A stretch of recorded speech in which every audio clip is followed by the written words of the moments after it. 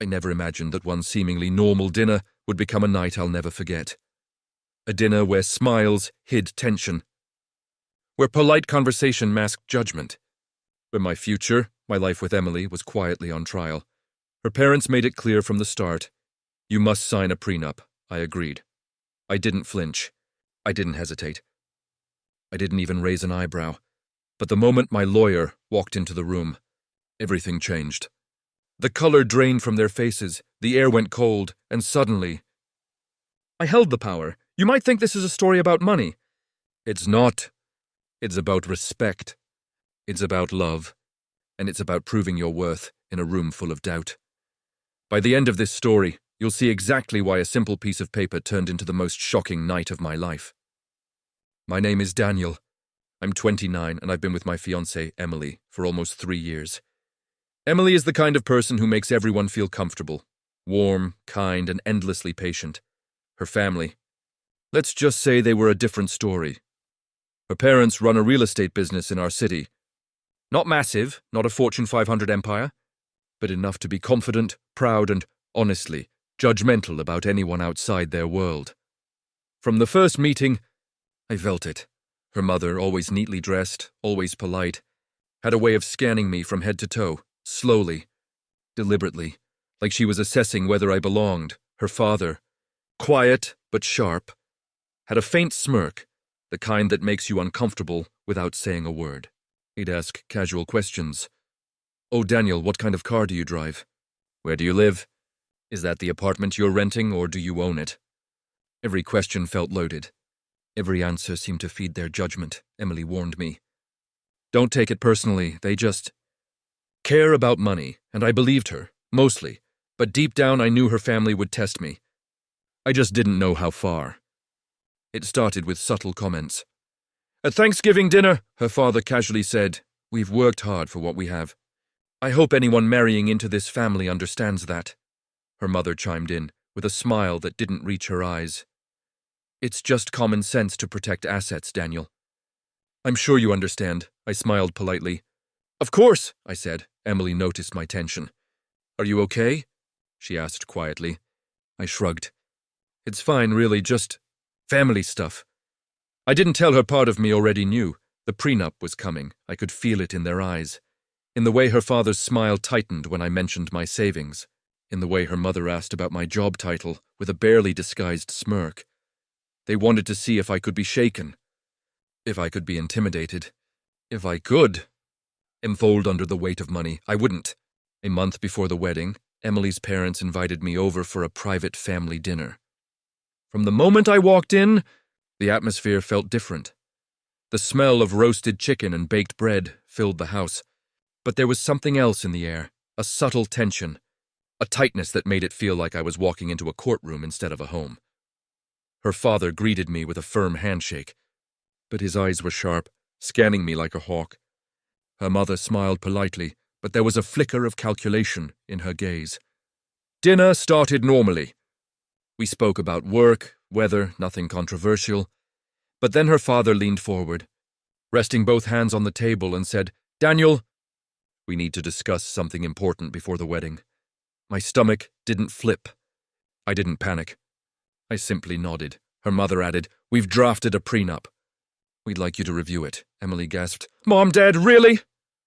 Her father shrugged. It's standard procedure. We won't allow this marriage without it.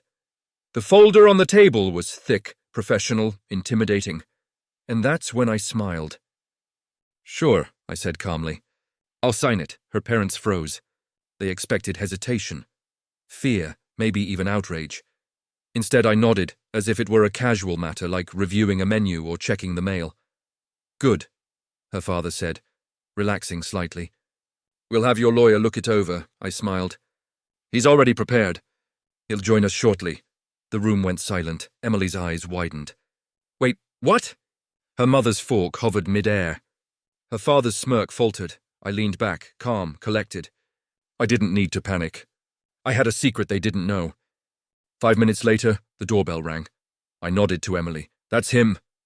The door opened, and in walked Mr. Harrington. He was tall, imposing, silver hair, piercing eyes, and a suit that screamed authority and power. Her parents froze. Your lawyer? Her father stammered. Yes, I said casually. He's been handling my business for years. Her mother's eyes widened. Your business? I let the words hang. Exactly. I could feel the panic growing in their expressions. They assumed I was just a modest software developer, living a simple life. They had no idea what I had built. I decided it was time. I didn't tell anyone before, I said slowly, because I wanted to know Emily loved me for me. Not my money. But since we're on the topic, I explained everything. 4 years ago, I founded a tech startup. 2 years ago, it was acquired for 8 figures. I've been living quietly, investing, and building my personal life. Her father's face went pale. Her mother's hand shook slightly as she set down her wineglass. The polite dinner atmosphere vanished. I watched them scramble internally. Their assumptions shattered. Emily squeezed my hand, whispering, I would marry you even if you were broke. I smiled, relief washing over me. Mr. Harrington opened the prenup folder, scanned it, and spoke slowly. Interesting. Quite one-sided. But we've prepared our own draft. He slid a thick folder across the table. Her father froze. Are your own? Yes, Mr. Harrington said. Given Daniel's assets are substantial, he requires a prenup to protect his estate as well. The room went silent. Their faces were pale. They realized suddenly that they had underestimated me. Emily's eyes filled with tears. I would marry you even if you were broke, she whispered again. I squeezed her hand. I know. The rest of the evening was tense. Her father asked detailed questions about investments, contracts, and real estate. My lawyer answered with calm authority, each response asserting subtle control over the conversation. I watched her parents squirm. Not with fear of me, but fear that their assumptions, their judgment, their sense of control had crumbled. The polite smiles had disappeared. The room was thick with unspoken realization. They had misjudged me, and they had misjudged the man Emily had chosen. After a long, tense hour of discussions, questioning, and subtle power plays, we reached the point where the documents were ready. Her parents sat on opposite sides of the table, faces tight, their pride bruised, but still trying to maintain composure. Mr. Harrington placed the final copies of the prenup in front of all of us. He adjusted his glasses and spoke calmly. This draft is fair, balanced, and protects both parties.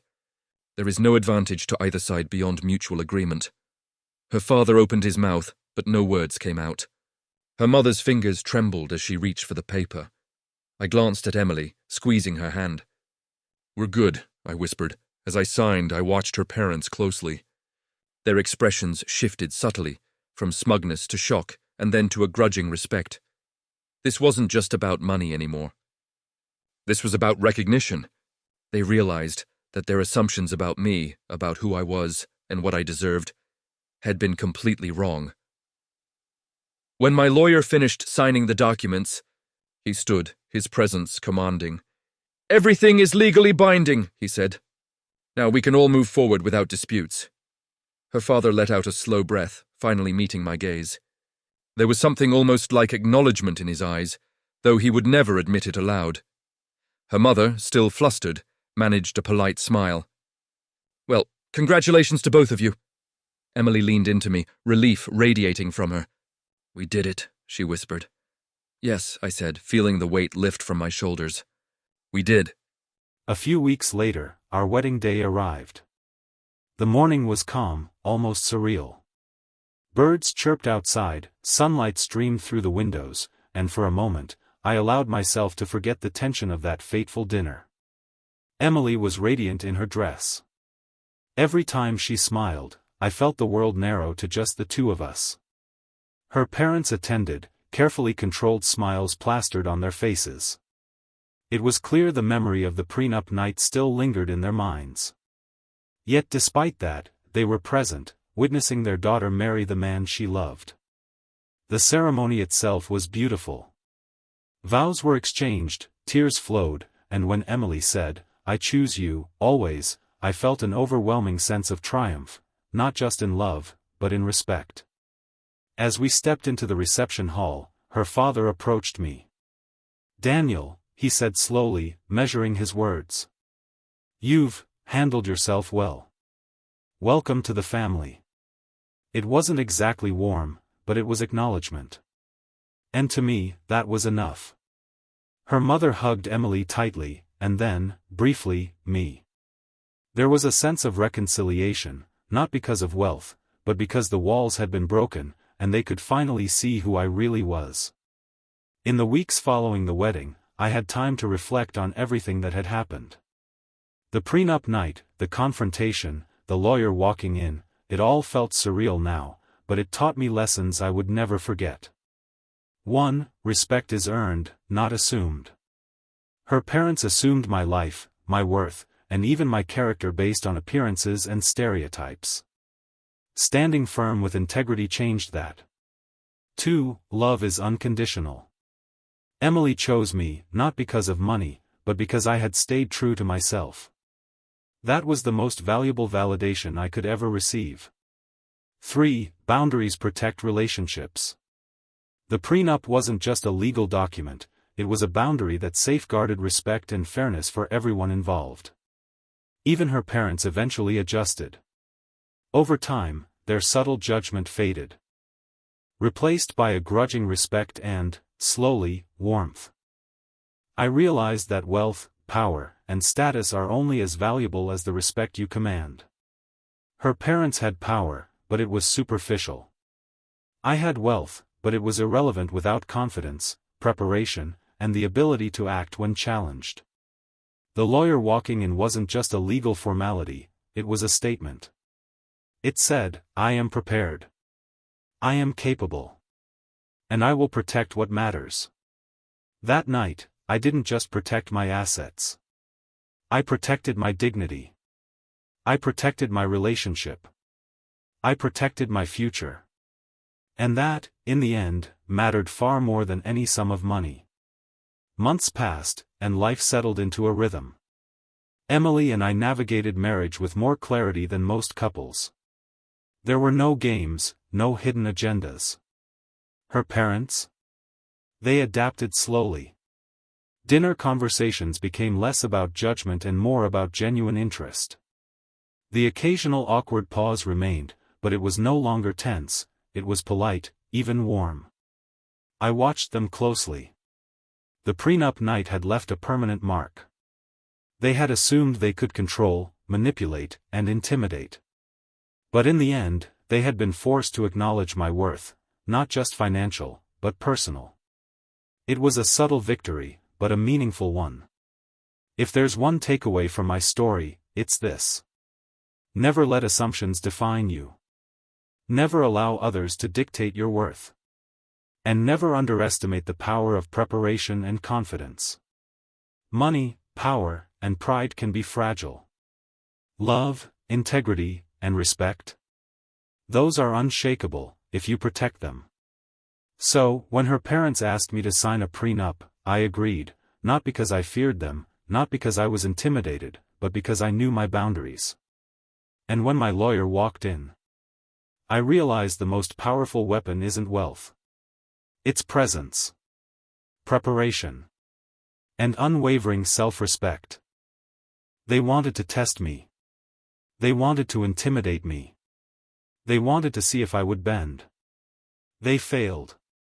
And in the process, I not only gained a wife I love more than anything, but also a deeper understanding of respect, boundaries, and personal power. If you enjoyed this story, hit like, subscribe, and share your thoughts in the comments.